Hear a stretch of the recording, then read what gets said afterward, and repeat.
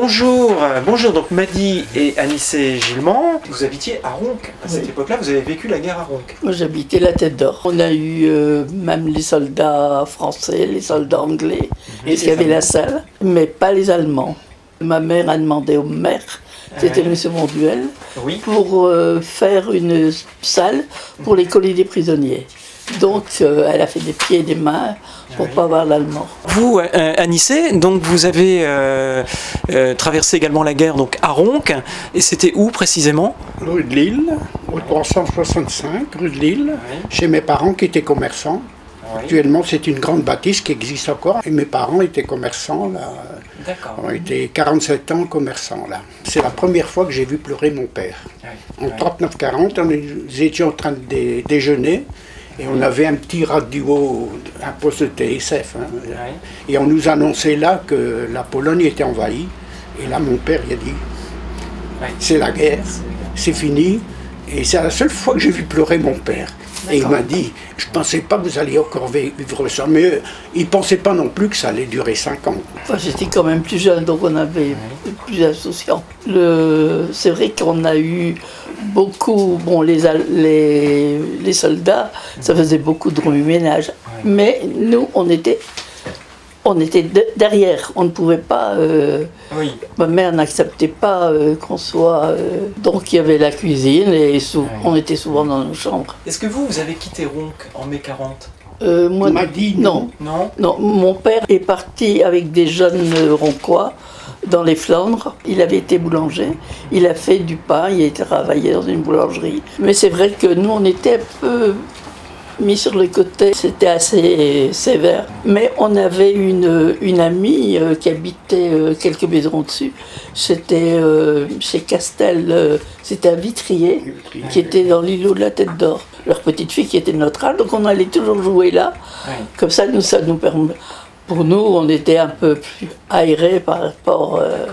Alors moi j'ai connu l'exode, parce que en même temps, c'était ma mère qui était commerçante, mon père travaillait à ce moment-là chez Leurent, qui est une filature de lin. Et puis là, mon père était affecté spécial de ce fait-là, parce que c'était une usine réquisitionnée par l'armée, parce que le lin, c'était pour faire des toiles d'avion. Par un beau jour, mon père affecté spécial, il fallait retrancher l'usine vers la Normandie, ou je ne sais plus à quel, exactement où il fallait retourner. Quoi. Donc il avait eu ordre de partir, et il a dit à M. Désiré Laurent, je ne partirai pas, mais sans ma famille. Quoi. Bien sûr, Donc on est parti dans un camion bourré comme on peut. Ça c'était quelques jours après ma communion, parce que j'avais 11 ans à l'époque.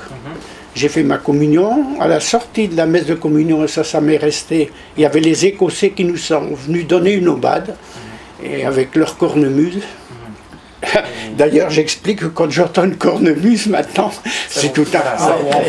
Ça me renvoie à cette époque-là. Et 15 jours après, nous étions sur les routes, quoi, là, et on n'a jamais franchi Edin. Là, on a été bloqués par les Allemands. On a vécu les drames, canardés comme pas un par les avions, et on tirait un camion de soldats, et au dernier moment, les Allemands, quand ils sont arrivés, ils voulaient riposter, et ils n'avaient que quelques fusils rebelles. Mon père il a dit, il ne faut pas tirer, ça va être un carnage.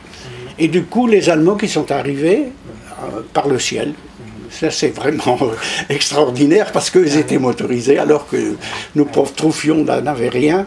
Et à ce moment-là, ils ont réquisitionné le camion. On a alors été pendant 1 mois dans une grange. Il n'y avait pas de toiture à cette grange, ni quoi que ce soit. Et puis un jour, les Allemands sont venus pour réquisitionner encore le camion, en disant maintenant, on prend votre camion. Mon père lui a dit, vous n'allez pas faire ça, parce que quand même, mes enfants, comment vont faire? Alors après beaucoup de transactions, il a réussi, parce qu'il parlait pas mal allemand, mon père, à avoir 2 soldats qui nous ont ramenés chez Leurent, sur leur marchepied, et arrivés chez Leurent, ils ont tout vidé, sauf les conteneurs d'essence qu'il y avait encore dedans, pour partir. On a pu tout décharger notre... Et ils sont partis avec le camion, mais pendant 1 mois. Et alors quand on est revenu, on est remonté la rue de Lille, puis quand on est arrivé, la porte du commerce était ouverte et tout avait été pillé. Et alors mon père, je me souviendrai, Il est revenu, il a monté vite fait là-haut, il a dit mes enfants, vous pouvez encore au moins dormir, les lits sont encore là. Ça a été relativement calme l'occupation à Ronques. Oui. Je pense qu'il n'y a pas eu de grands faits, non, comme on dit, c'était relativement... Non, on ne peut pas dire qu'il y a eu les Allemands avaient réquisitionné une table pour les officiers venir manger.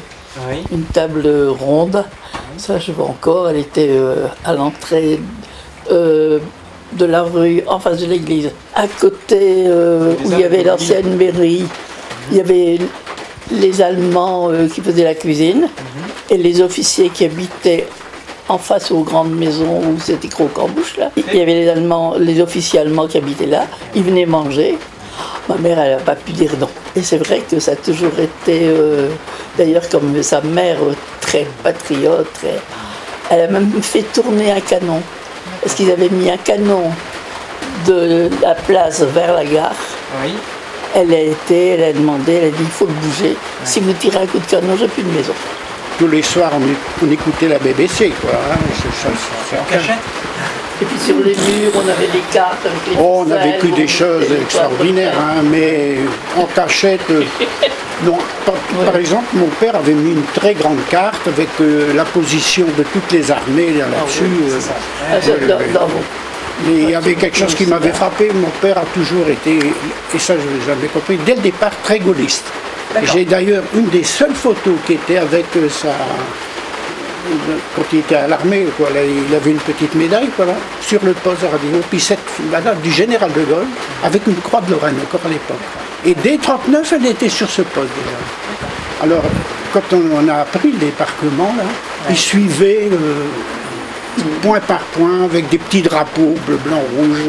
Mais le fameux message, les sanglots longs des violons de Verlaine, nous ignorions à l'époque comme étant celui qui donnait le signal du débarquement est arrivé. Et avec lui, l'espoir de voir débarrasser du joug des Boches. Je m'excuse, je les appelais comme ça, je ne pouvais pas, vraiment. Dès ce jour, une carte détaillée de la France tapissa le mur de la cuisine pour suivre à l'aide de petits drapeaux l'évolution, la progression des troupes alliées et françaises qui avaient tenté l'impossible pour nous libérer. Cette libération ne se fit pas du jour au lendemain, mais ce jour mémorable arriva pour notre commune lorsqu'on nous demanda mon opinion lors de l'anniversaire de celle-ci. La journaliste fut surprise que je lui réponde que j'avais vécu ce jour-là le plus beau jour de ma vie. Depuis plusieurs jours, mis à part le passage de quelques convois allemands, tout était parfaitement calme et la rue de Lille assez déserte.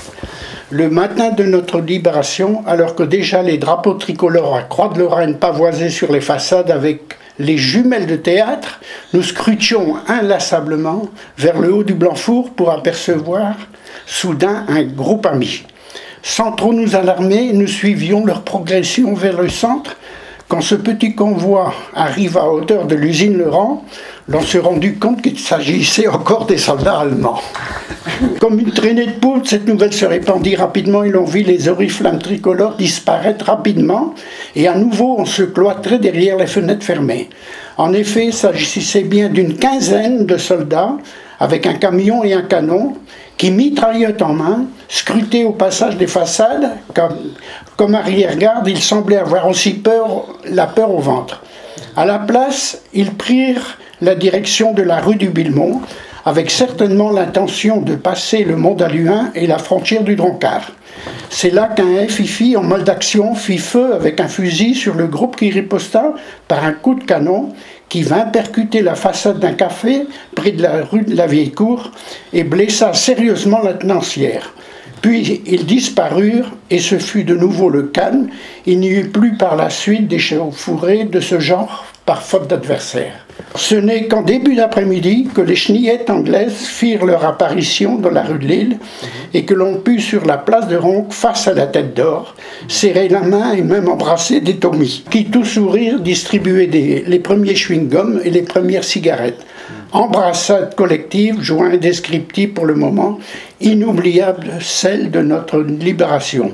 Cela valait bien une Marseillaise, vibrante, entonné spontanément par la foule. Quand cette colonne est passée, c'est les seuls coups de feu qui ont été tirés après. Oui, voilà. D'ailleurs, après, Monique ça habitait à la déviation. Oui, c'est ça. Monique habitait à la déviation. Oui, oui, c'est sûr. Donc, Oui. On oui. ne peut pas dire que... Non, pas de... Il n'y avait pas d'aviation, il n'y avait rien du tout. Ah non, à l'époque. non, on n'a pas eu... Pour moi, cette libération, à côté de ce que j'avais vécu à l'évacuation, c'était bien pire. Hein. Il y a une journaliste qui m'avait interviewé et elle me demandait le plus beau jour de ma vie. Moi, j'ai dit, c'est la libération. Elle trouvait ça drôle. Et c'est vrai que j'ai ressenti là quelque chose d'extraordinaire. C'est vrai que j'avais quand même 10 ans à l'époque, donc je m'en souvenais bien. Oui. Et pendant comme à peu près 6 ans, jusqu'en... j'avais 16 ans à la libération. Être sous le joug allemand, parce qu'il faut... on sait qu'on ne pouvait pas sortir le soir. À 18h, il fallait être rentré. Et là, j'ai ressenti quelque chose, une joie que j'ai jamais aperçue. C'est la joie de la liberté. Oui, parce que... Alors ça, j'ai jamais pu ressentir ça. Après, c'était autre chose, quoi, là. Bien sûr. Cette libération, parce qu'on attendait ça. Et puis, sur la fin, à 16 ans, on commençait à partir aussi, à prendre des fusils et tout. Oui, vous étiez prêt à aller au combat. Oui, d'autant plus que pendant la guerre, on en avait déjà fait, alors... C'est pour ça que j'en parle là-dedans, que mes petits-enfants auraient voulu savoir ce qu'on avait fait. Oui, bien sûr. Mais bon, ils se sont aperçus que là-dedans, que leur grand-père, c'était un galopin aussi, puis qui était... Mais en fond, il y avait quand même... Oui, puis je m'en suis pas caché, quoi, là. On va dire, voilà. C'est un peu pour ça que j'ai voulu leur écrire, sans faire un roman, en disant, voilà comment j'étais, quoi, c'est tout. Comment vous les avez vécues ces 2-3 années d'après-guerre Bon, assez sereinement, parce que mes parents étaient commerçants, mais c'est pas pour ça. Et ça, je les ai toujours défendus. D'ailleurs, j'ai même fait le coup de poing sur un type qui vit encore dans, je ne sais pas son nom, qui disait que ces commerçants, c'est des marchés noirs, c'est vrai. Or, mon père, loin de faire du commerce noir, les abbés qui étaient Fauvard, Guilbert et tout, ils défilaient, qui disaient Paul, le soir, on a 2 machins qui sont arrivés, 2 Anglais. C'est vrai qu'il y a eu les parachutistes et tout. Alors, ils fournissaient encore des fournitures et des trucs comme ça. Alors, sur le plan collectif, on était beaucoup plus soudés, quoi, là. Il n'y avait plus ces différences de classe et tout ça. Là, je parle de M. Coubran en face, qui en parlait avec mon père. On le respectait parce que c'était des gens de 1900, mais malgré tout, ils étaient différents, mais tout ça, ça faisait un amalgame. On côtoyait aussi bien les communistes et tout ça, qui était une époque. On a commencé par prendre une grenade allemande et le jeter dans un site-car. Après, on est allé dans la ferme là-bas, qui existait là, alors avec mes copains, et puis je peux le dire, puisque je l'ai revu dans ça, Jacques Vérac et puis mon très grand copain Michel Dutoit, qui est un frère pour moi, on a trouvé de la poudre à canon, qui était dans des petits sachets, c'était comme des petits vermicelles et tout ça. Et toute la guerre, on en a fait des trucs là-dedans. Alors je raconte tout ça, puis à la fin de la guerre, mon père, quand il est monté sur le grenier, qui a trouvé le stock qu'il y avait là-dedans, mais il y avait de quoi nous faire fusiller par les Allemands, quoi. Je me souviens avec le copain, je raconte là-dedans, on a construit un poste à galène pour pouvoir écouter, puis là au moins, on n'entendait pas le bruit pour les Allemands avec ce poste à galène. Un copain qui avait fait ça, qui fait ça.